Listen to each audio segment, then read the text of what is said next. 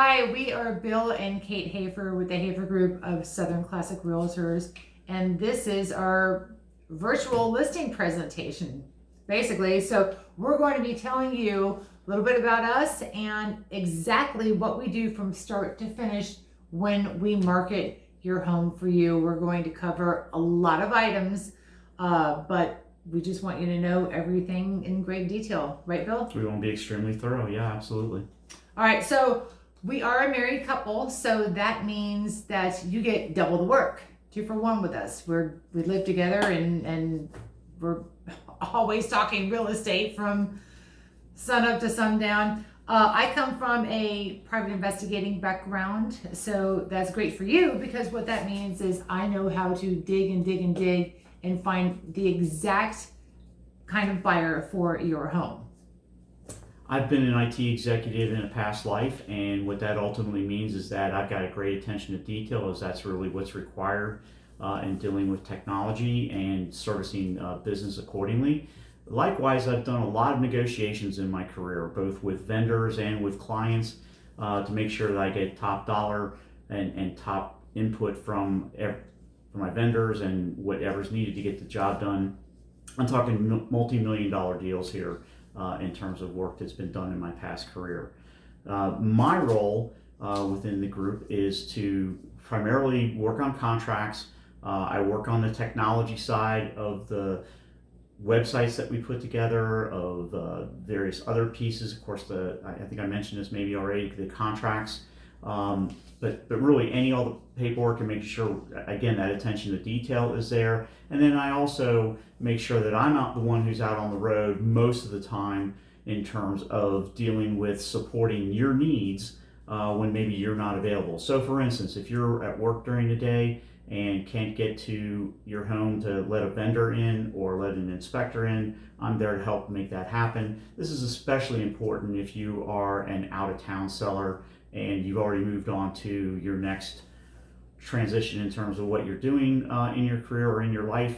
And I take over and help make sure all those things happen within the home accordingly. Okay, and my role is introduction. I call people on the phone and meet with people and set up appointments for either Bill or myself. Marketing and marketing and marketing. I love doing that. Like I said, I used to be a private investigator, so I love to dig and find the right kind of buyer. And that entails doing a lot of stuff via Facebook ads, direct mail, email, getting the special features of your house right in front of the exact kind of buyer. We're going to explain all about that process and how exactly that works. So as Kate said, we are a husband and wife team. We divide and conquer to make sure that we're providing you the full service that we possibly can. There are 2 of us, so that means you're ultimately getting 2 for 1 in terms of making sure your needs are being met at all times throughout the process. So that's a great advantage to you over a single agent who's handling both sides of the equation. We are always available. So, we've come across a few agents lately who shut down shop at 7 o'clock or 9 o'clock at night. No, we're going to keep right on going all through the night as necessary. We're not by any means saying that we're in the minority there, but certainly there's been quite a few agents out there working who do kind of cut things off at a certain time. If we are working late into the night, then you're going to see an email in the morning. Of course, the other thing we're going to do is accommodate your needs. If you're good getting a phone call at 11 o'clock at night, if that's when a contract comes in or when something like that, then we're going to service your needs. If your preference is to get to bed a little bit earlier and wake up early, we'll make sure that that's in your inbox first thing in the morning, and we're ready to answer your call when it comes in once you've read the documentation that we've left you. We have an average days on market right now of about 16 days, which is absolutely phenomenal in terms of turning around from the point we get your home listed to the point we get it sold. There are a lot of zeros and ones going in these days just because it is a fast market, but overall, throughout our time, it's been approximately 16 days of time to get your home sold and work towards the closing table. In the case of our sale price to list price ratio, we are the sale price is 98.66% of the list price, which means ultimately that we're doing a really good job up front in terms of doing a comparative market analysis and saying what your home is worth.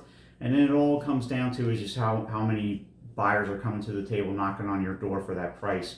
And we're seeing a lot of lately that there is a lot of competition. We're seeing some expansion of prices on homes, but ultimately your home has to absolutely be move-in ready to be able to qualify for those bidding up processes.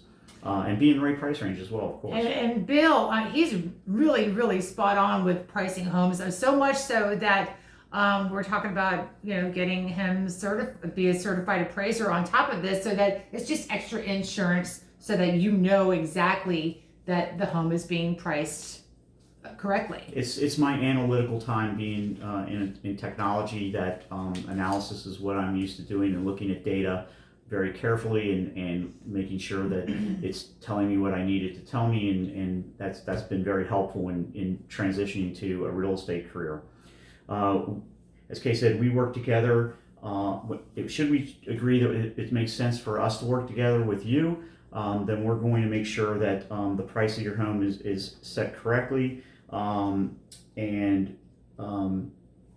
we will also provide you with a net sheet to make sure that you understand what you're going to walk away with. We're going to include such things as commission. We're going to talk about what time in the year are we, and how much of this year's property taxes you're going to be liable for. We're already do the same thing for your homeowners association if that's applicable, and things like your homeowners insurance as well. Under those circumstances, because mid-year, depending on whether you've prepaid or postpaid, and those are a little bit different depending on whether you're talking about taxes or insurance, those all play into what hits your bottom line. And then we're also going to kind of, up front, we're going to talk about things that are possibly going to happen, like a request for contribution to close, for a termite bond, for a septic system inspection or clean out if that's warranted. And in the case of an FHA or a VA loan, that's more likely than with a conventional loan. So all those things are going to come into play.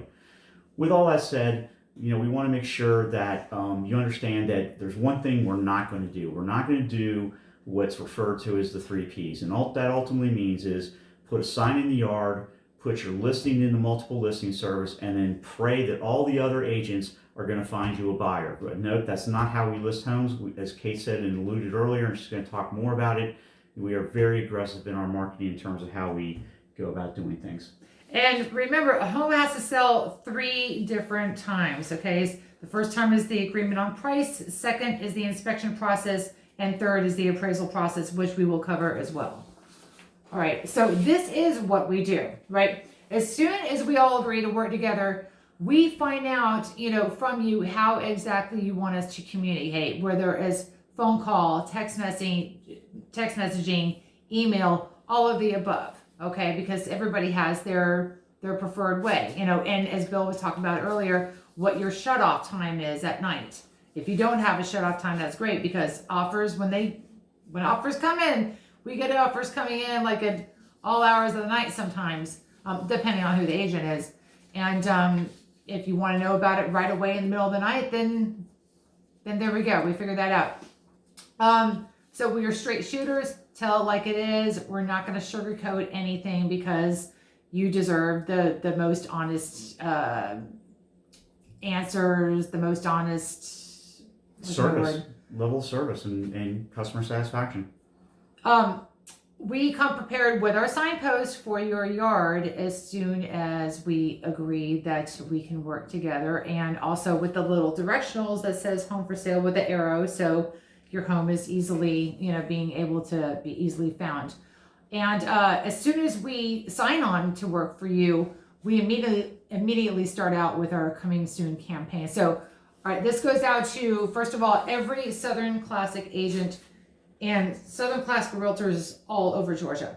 Okay, so right now, we are in the end of February of 2021. So right now there is about 350 Southern Classic agents, and all that does is just grow every week. We talk to our broker, and it grows by like 8 to 10 people sometimes per week. So depending on when you see this, you could do the math and figure out about how many agents there are all over Georgia. So they will know about your house that is on the coming soon status, because somebody might have a buyer in Savannah, Georgia, that's an agent down there in Savannah that wants to move up here. And guess what? They already know about it. Also, part of this coming soon campaign is every single realtor in both Fayette County and Coweta County will know about your listing. And how this is possible is because we are members of both board of realtors. Very few agents are members of both board of realtors. Okay, so first of all, it's an expense to to us to do that, but we feel it is so worth it because we are able to get the emails of the realtors, and we use that to our advantage and their advantage as well. As the coming soon status, they get in their inbox, bam, a blast of your coming soon listing, and same thing when it goes live.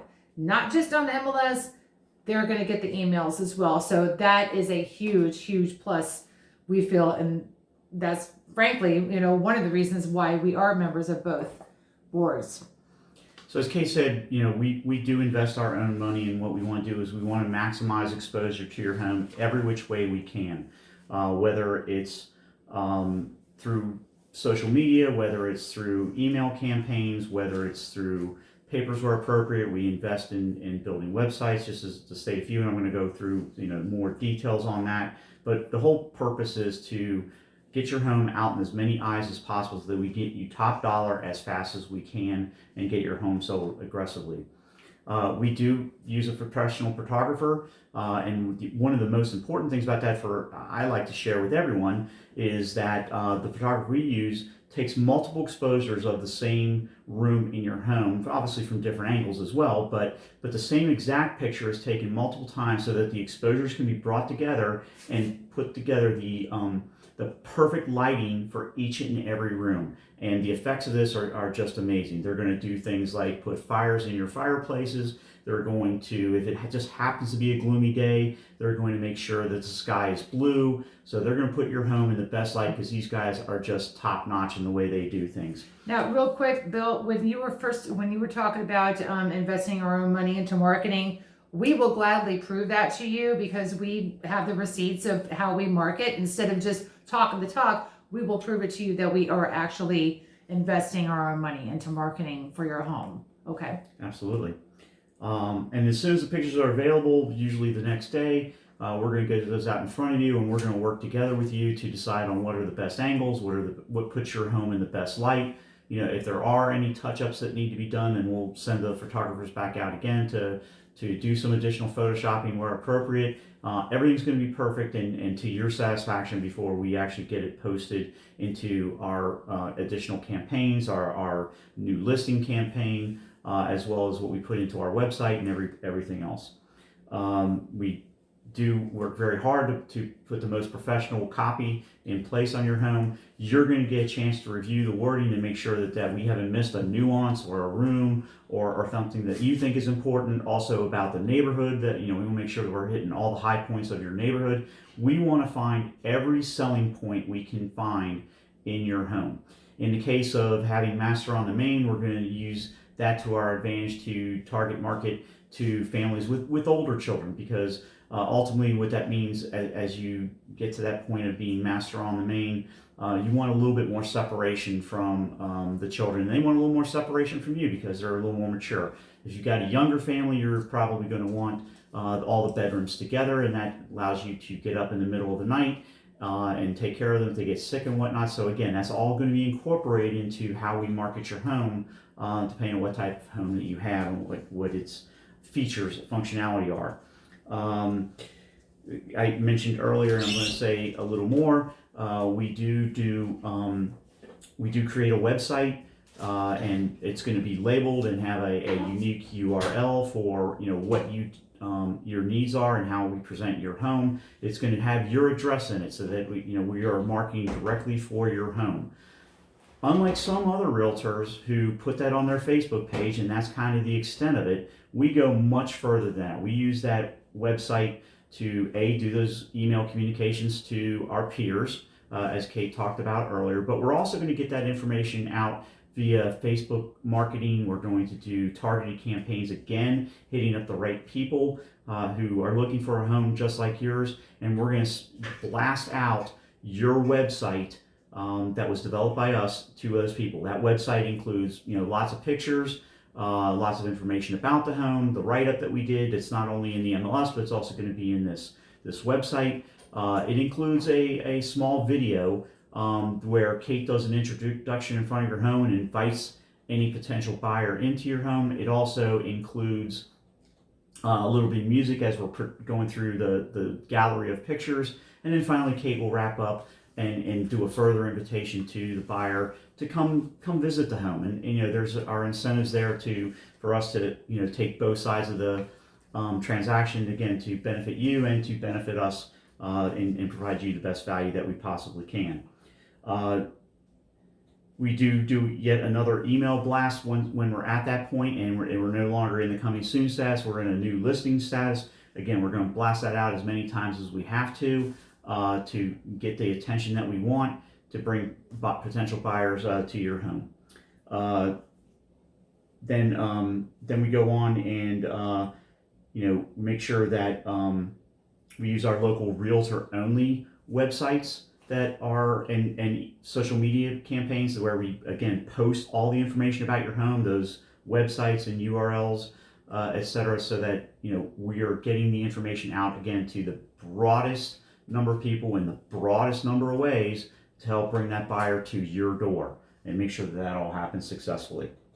Which right now I belong to about 29 of them. And if your house is warranted, it will also go national and international too, and capture those eyes looking at it.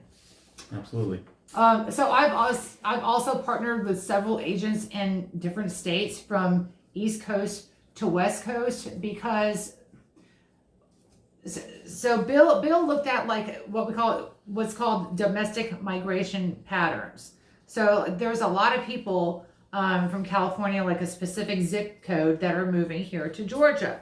So we will push out Facebook ads to that specific zip code in California and let those people see the homes that we have for sale over here. We've had a lot of success and a lot of volume of potential leads come through that mechanism, and it's been successful for us. So we're going to continue to do that where warranted. And then, those couple of agents, have reached out to me and, hey, let me share your listing. I said, great. Let me share yours as well. I have somebody moving to where they're at. So that's what I mean by partnering with those agents. And so you have the map, right? Yep. All right. When we do list your home, we not only list it in the Georgia MLS, but we also list it in the first MLS. We're going to explain what that means. So the Georgia MLS is represented here in the blue. And while the name implies, the Georgia MLS covers all of Georgia, there are pockets of Georgia, and we're only highlighting a couple here, which are in our local proximity, but there are parts of Georgia that are required to use their local MLS. And one of the key examples here in southern southwest Atlanta, in the suburbs, the people in Atlanta, in the central Atlanta, we're seeing a lot of migration of those people coming down here as well because of the school systems, because of the less hustle and bustle, getting away from some of the traffic and doing those sorts of things. We're seeing more and more companies not require people working in their offices for various reasons. And we're just seeing a large migration down here, and ultimately we believe the lifestyle here in Fayette and Coweta County is better. And I'm sure you would agree if you're looking to sell your home here, you've lived here, you know those things.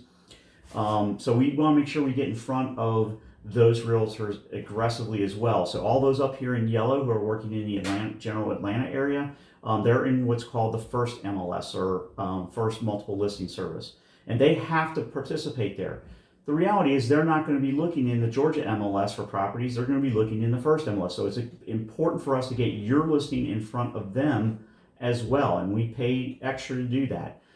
The other advantage of posting into the first MLS is they've recently gone into an agreement with the middle Georgia MLS, which is surrounded kind of by the Macon area, which is this area in green.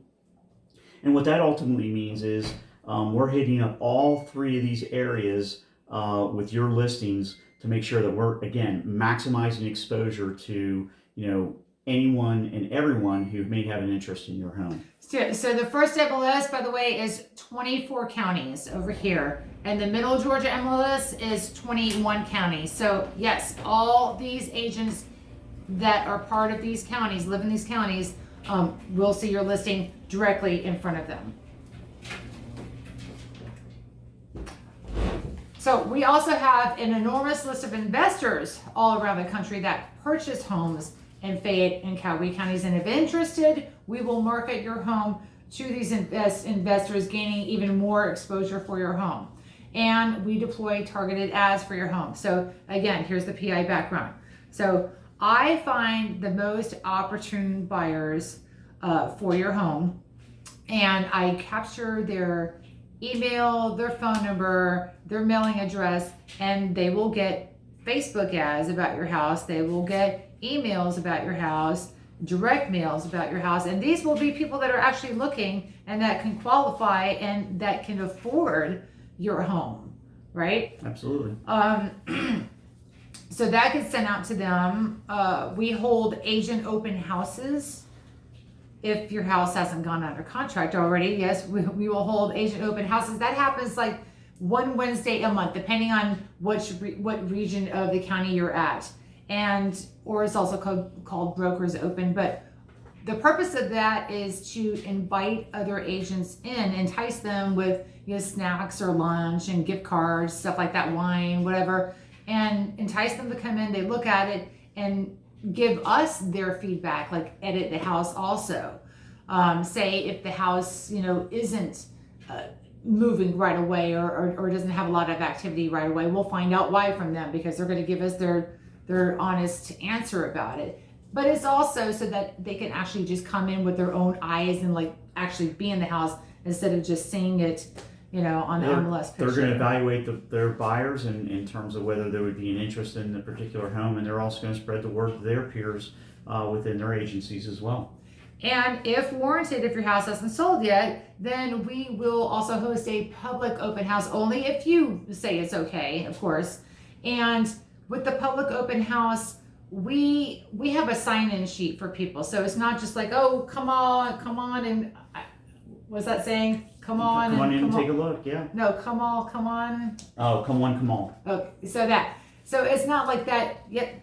We have a sign-in sheet. So their name, their number, their email, and then we say, are you pre-qualified? So we want to know that, and then I am going to follow up with them, because they were obviously interested enough to come to the open house. So I want to follow up and say, if they're interested in maybe possibly making an offer and stuff, because normally if people go to an open house, they're saying multiple houses in the same day. And the same holds true for those who come along with an agent as well. We're going to do follow-ups with the agent and make sure that we make sure that we're putting your home in the best light we possibly can, and keeping a constant reminder for those who did express an interest to make sure that we get them to follow through in a timely fashion.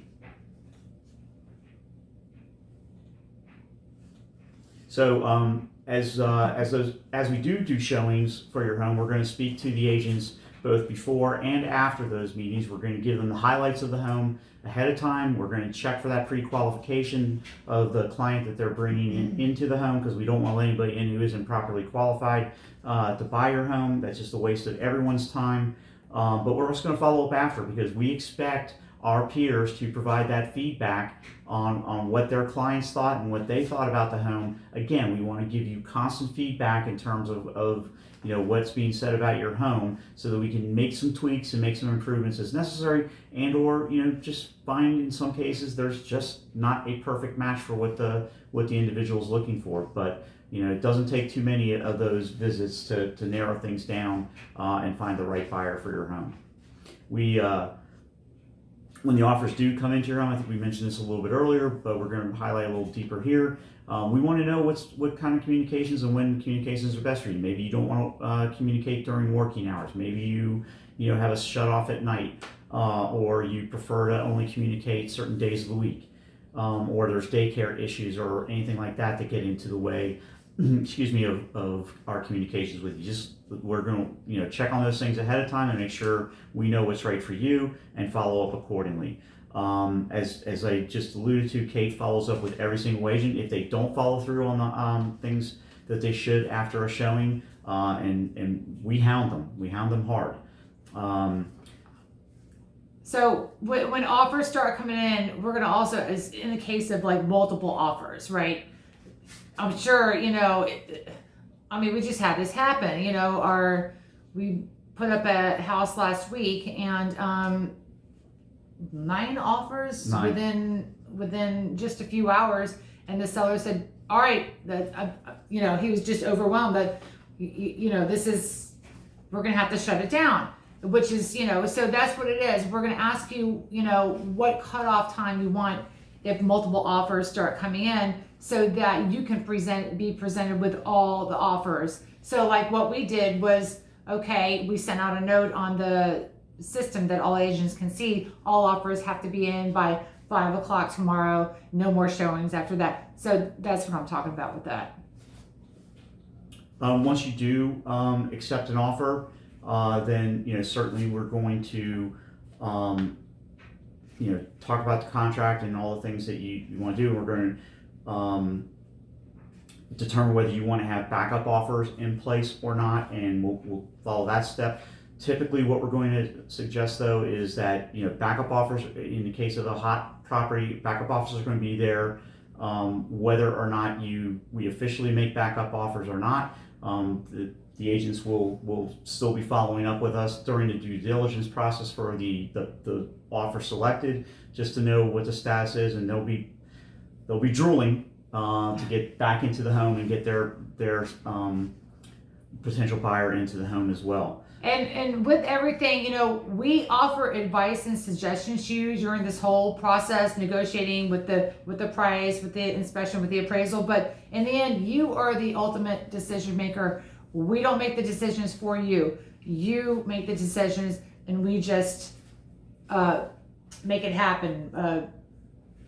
Press the what is it? Ignite it. Yeah, I mean, just move forward, and ultimately, once you've made that decision and you've pulled that trigger and you've accepted an offer, we're in a due diligence period. And what that ultimately means is that gives the buyer the chance that, given the fact that Georgia is a buyer beware state, there's an opportunity for the buyer to come in and check on the home. So if there's any hidden electrical issues, hidden plumbing issues, hidden roofing issues, anything like that you may not even be aware of yourself. This is where they're going to bring in an inspector that are going to look at the home top to bottom. They're going to get advice from their inspector. They're going to potentially make requests for some additional repairs to be done to the home to tighten things up and really make it that much better to move in. Again, that process takes about 10 to 15 days.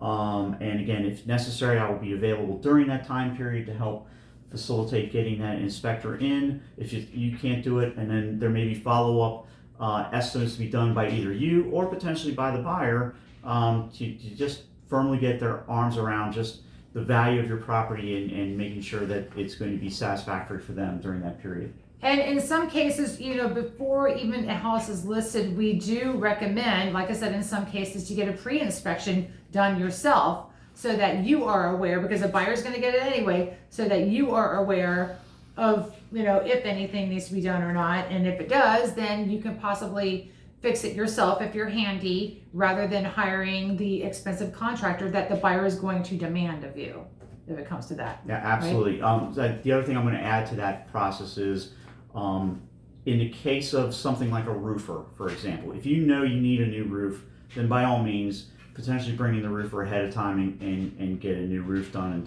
have that taken care of.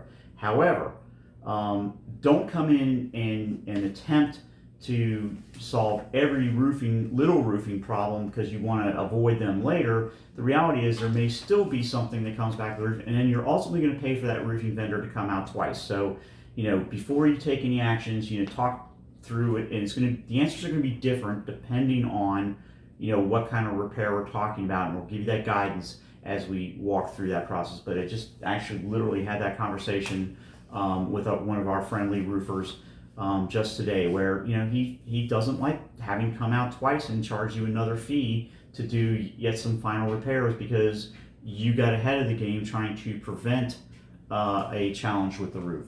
So just be wary of that. Anything you do get done, inspectors will also tell you to leave a few things behind because that's an inspector's job to find things. So if you make it too hard for them to find anything wrong with the home, then that's going to be that much tougher on you.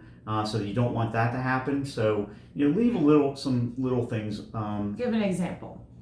So don't necessarily fix all the polarity issues on electrical outlets because that's a common thing that happens over time. That you have a light switch goes bad and you go and repair and fix it yourself. You might get that black wire and that white wire reversed from what is ideal, and that's not a terrible thing. It's not necessarily going to start a fire in home, but it's not ideal either. And inspectors will find those things and get them resolved or repaired. Little cracks and caulking in the bathroom. You want it to look good, but if there's if it looks good, don't bother to make it perfect. Leave it so you can caulk it after the fact. Because that would be something in particular where you wouldn't have to bring in a qualified professional to do something like that. So, try to avoid those qualified professionals when you are a good do-it-yourselfer and take on those things. But when you're bringing in a qualified professional, only bring them in once and take care of those things. That's kind of the message behind all that.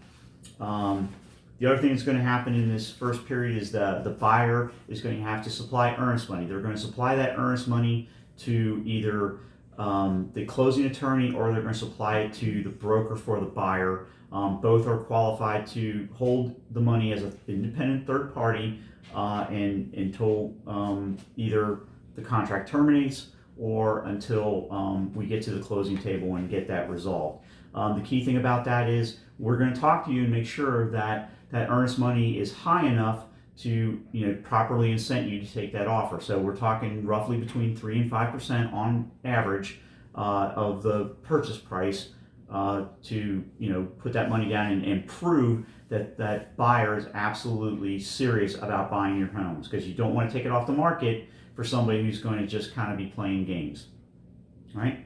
And then when the inspection process does come into play, bear in mind that this is going to be the second time you've negotiated. Of course, you negotiated on price when we all agreed on it, but when the inspector does come in and they find some things wrong with your home, again, they probably are unexpected, or maybe they were, if you're leaving those little tidbits behind, you're going to negotiate again as to whether you're going to take care of those things because the buyer's asking of it, and you're into yet another negotiation period. So be aware of that there are going to potentially be some repairs that are going to be requested. We can't anticipate that. That's one of the things we can't put into the net sheet for you, is if there's a hidden expensive repair that needs to be done. But that's all part of the inspection process and the due diligence, and that's where that ultimately will come out. All right, and once we are through the due diligence process, then we are along for the ride to the closing table. Then there's the appraisal process, and that's the third step in your home sale. So once we get past that and we get the all clear, we're one step further. I just said that. Anyway, now remember this, the appraiser is the one who ultimately decides what your home is worth. So if your home doesn't appraise for the agreed selling price, then we'll either have to go back to negotiating the price of the home, or the buyer is going to have to come up with more money for the home, right? Yeah, again, this is your third place where you're going to negotiate should your appraisal come in light. So if you've agreed on a price tag, for example, if you've agreed on a price tag of $300,000, but the appraiser comes back and says, nope, I'm sorry, it's only worth $275,000, then you're back at the negotiating table in terms of whether or not you're going to drop your price to what it appraised at and what the market, what the appraiser says the market is absolutely at, or whether or not the buyer wants the home so badly they're going to go ahead and put in an additional $25,000 in this particular case, or you guys may choose to meet in the middle and split the difference between the appraisal and the agreed sale price. And to avoid this from happening, that's why we feel it's so important to price homes correctly. And like I said, Bill's spot on with that, because the appraisal process that comes in about 2-3 weeks into the Yeah. so there's there's about 21 days, and if you can't agree on that, that's 21 days that is just lost, that you have to start all over again.